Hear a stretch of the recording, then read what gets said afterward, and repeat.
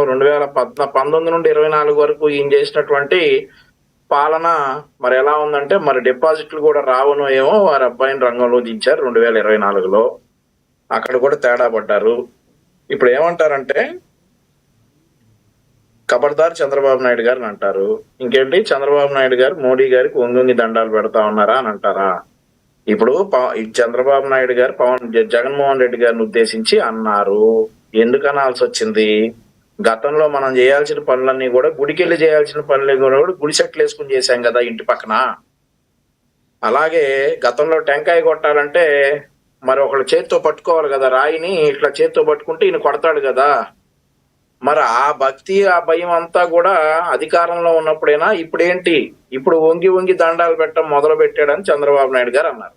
గతంలో కూడా ఈయన గుడి సెట్ వేయకుండా గుడికి వెళ్ళినట్లయితే గనక, గతంలో కూడా వంగి కొబ్బరికాయ కొట్టినట్టయితే గనక చంద్రబాబు నాయుడు గారు అని ఉండేవారు కాదు. ఇప్పుడు కొత్తగా కదా వంగి వంగి దండాలు పెడుతుంది దేవుడి దగ్గర, గతంలో అది లేదు కదా. సో ఆ ఉద్దేశంతో చంద్రబాబు నాయుడు గారు అని ఉంటారు. అంతేగాని దేవుడి దగ్గర ఎవడైనా వంగి వంగి దండాలు పెట్టాల్సిందే. అది ముఖ్యమంత్రిగా ఉన్నప్పుడైనా కానీ, ముఖ్యమంత్రిగా దిగిపోయినప్పుడైనా కానీ దేవుడి దగ్గర ఏ పనులు చేయాలో ఆ పనులు చేయాలి. ముఖ్యమంత్రిగా ఉన్నప్పుడేమో అహంకారమా, గుడి సెట్ ఇంటి పక్కన వేస్తారా, నువ్వు కొబ్బరికాయ కొట్టడానికి చెయ్యి ఇంకోటి ఎత్తి పట్టుకోవాలా? ఇప్పుడు ముఖ్యమంత్రిగా దిగిపోయినాక అహంకారం దిగిపోయి గుడికి వెళ్తావా? దేవుడి దగ్గరికి నువ్వు వెళ్తావా? నువ్వు ముఖ్యమంత్రిగా ఉన్నప్పుడు నీ దగ్గరికి దేవుడు రావాలా? కొబ్బరికాయని ఎవడో చేత్తో పట్టుకుని కొట్టించాలా నీతో? సో ఆ డిఫరెన్స్ చెప్పారు చంద్రబాబు నాయుడు గారు. ఇక మోడీ గారికి ఒంగొంగి దండాలు పెడుతున్నటువంటి విషయాలు చెప్తా ఉన్నాడు సార్. ఎవరు, మన సోకాల్డ్ అయిన పేరు నాని గారు. ఒక ఫోటో చూపిస్తా, ఆ ఫోటో చూసి మరి చెప్పొచ్చు ఒంగొంగి దండాలు ఎలా పెడతా ఉన్నారు అనేటటువంటిది. సో ఇది సార్ ఒంగొంగి దండాలు పెట్టమంటే, వంగి వంగి దండాలు పెట్టమంటే ఇది. సరే, ఆయన ప్రధానమంత్రి, ఆయన ఎదురుగా వచ్చినప్పుడు కొంచెం వినయంగా ఇట్లా దండం పెట్టారు. జగన్మోహన్ రెడ్డి గారు కావచ్చు, చంద్రబాబు నాయుడు గారు కావచ్చు, ఎవరైనా కావచ్చు, అలా పెడతారు. దాన్ని ప్రస్తావించి ఈ పెద్ద మనిషి, ఈ రాజకీయ నిరుద్యోగి పేరి నాని గారు చేస్తున్నటువంటి కామెంట్స్. ఆ తర్వాత సరే పాయింట్కి వస్తే ఖబర్దార్ చంద్రబాబు నాయుడు అని అంటా ఉన్నాడు. ఖబర్దార్ చంద్రబాబు నాయుడు, జగన్మోహన్ రెడ్డి కనుక అధికారంలోకి వస్తే నీకంటే ఒక కంపెనీ ఎక్కువ తెస్తాడు అనంటే మేము యాక్సెప్ట్ చేస్తాం. ఖబర్దార్ చంద్రబాబు నాయుడు, జగన్మోహన్ రెడ్డి కనుక అధికారంలోకి వస్తే నీకంటే ఒక సంక్షేమ పథకం ఎక్కువ ఇస్తాడనంటే మేము యాక్సెప్ట్ చేస్తాం. ఖబర్దార్ చంద్రబాబు నాయుడు, జగన్మోహన్ రెడ్డి అధికారంలోకి వస్తే నువ్వు 20 లక్షల ఉద్యోగాలు ఇచ్చావు, మేము 30 లక్షల ఉద్యోగాలు ఇస్తామని చెప్పి అనమనండి, మేము యాక్సెప్ట్ చేస్తాం. అంతేగాని ఖబర్దార్ చంద్రబాబు నాయుడు, ఆంధ్రప్రదేశ్ రాజధాని కడతావా నువ్వు? రాజధాని లేకుండా మనం ఇలా అపహాస్యం అయిపోవాలైతే అట్లాంటి రాజధానికి, అట్లాంటి ఆంధ్రప్రదేశ్ నువ్వు రాజధాని కడతావా? ఖబర్దార్ అంటే మాత్రం తాట తీస్తారు జనాలు. ఆ తర్వాత ఖబర్దార్ చంద్రబాబు నాయుడు, మన యువత మొత్తం గాంజా మత్తులు ఆ మత్తులు తూగి పోగాలైతే నువ్వు వాళ్ళకి ఉద్యోగాలు ఇప్పిస్తావా అంటే జనాలు తాడ తీసి 11 ఇచ్చిన సంగతి మీరు చూశారు. కాబట్టి మనం మాట్లాడేటప్పుడు ఎలా ఉంటుందనేది ఒకసారి చూడాలి.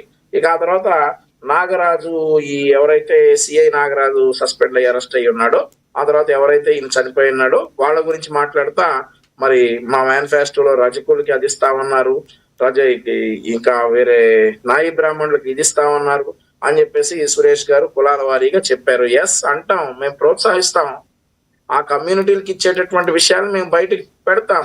అంతేగాని ఇలా చంపేసి కులాలకు ఆపాదించేసి మీరు కులాల్ని రెచ్చగొట్టేటటువంటి ప్రయత్నాలు చేయొద్దు అని చెప్పి చెప్తాం.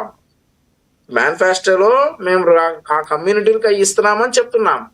ఇక్కడ ఏం చేస్తా ఉన్నారు, ఒక వ్యక్తి చనిపోతే ఆ చనిపోయినటువంటి వ్యక్తి, చంపినటువంటి వ్యక్తి ఒకే కులం అయినప్పటికీ కూడా అది వేరే వారికి అంటగట్టడం తప్పు అని చెప్పేసి అంటా ఉన్నాం.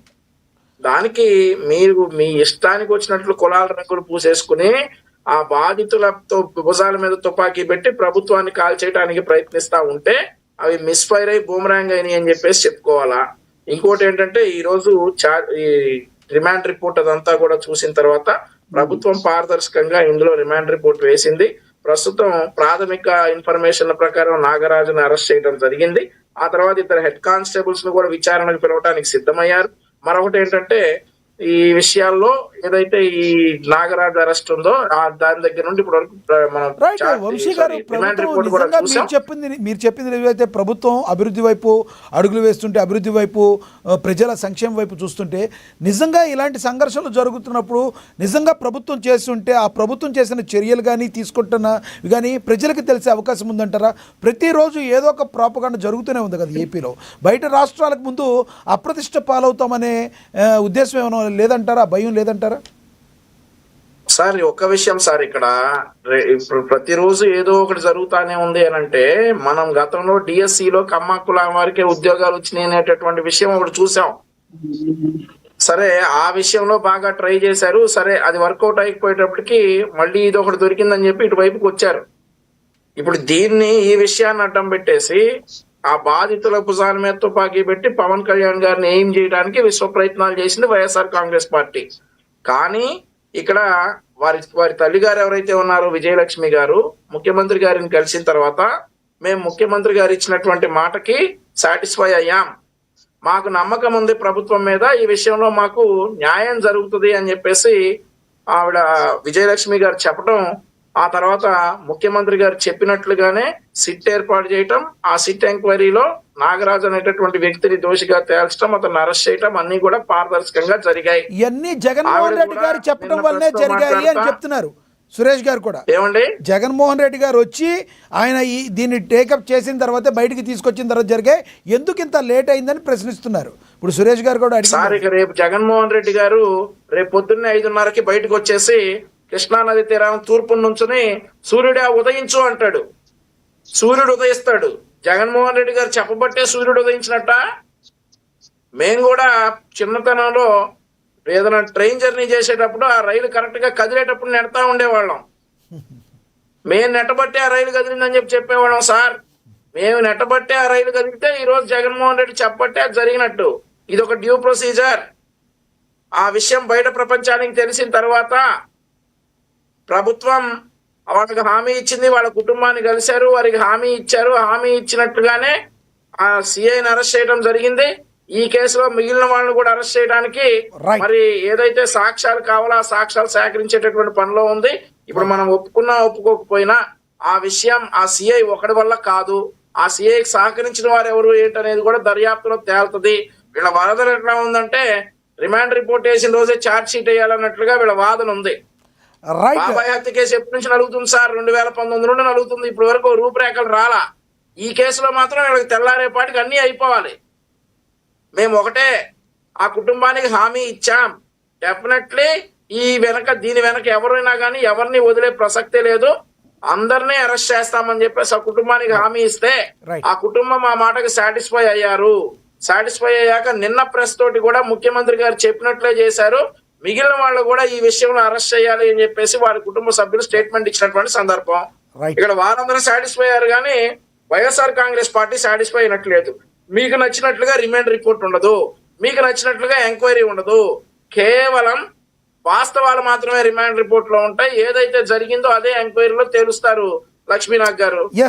ఎస్ వంశీ గారు అందుబాటులో ఉండండి, మళ్ళీ మాట్లాడతాం. మనతోటి రాయపాటి అరుణ గారు జనసేన అధికార ప్రతినిధి, ఆవిడతో మాట్లాడదాం. అరుణ గారు నమస్తే అండి.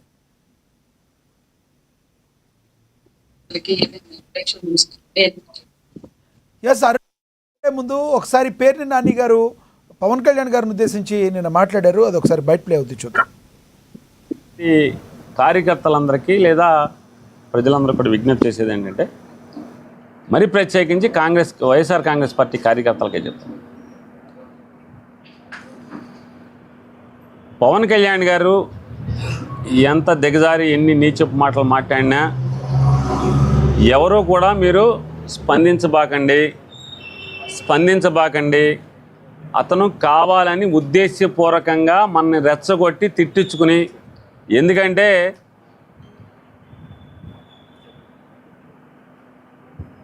జనసేన కార్యకర్తల్లోనూ జనసేన అభిమానించే వాళ్ళలో మత్తు దిగిపోతుంది. మళ్ళీ మత్తు దిగిపోతున్నప్పుడు ఏం చేస్తారు?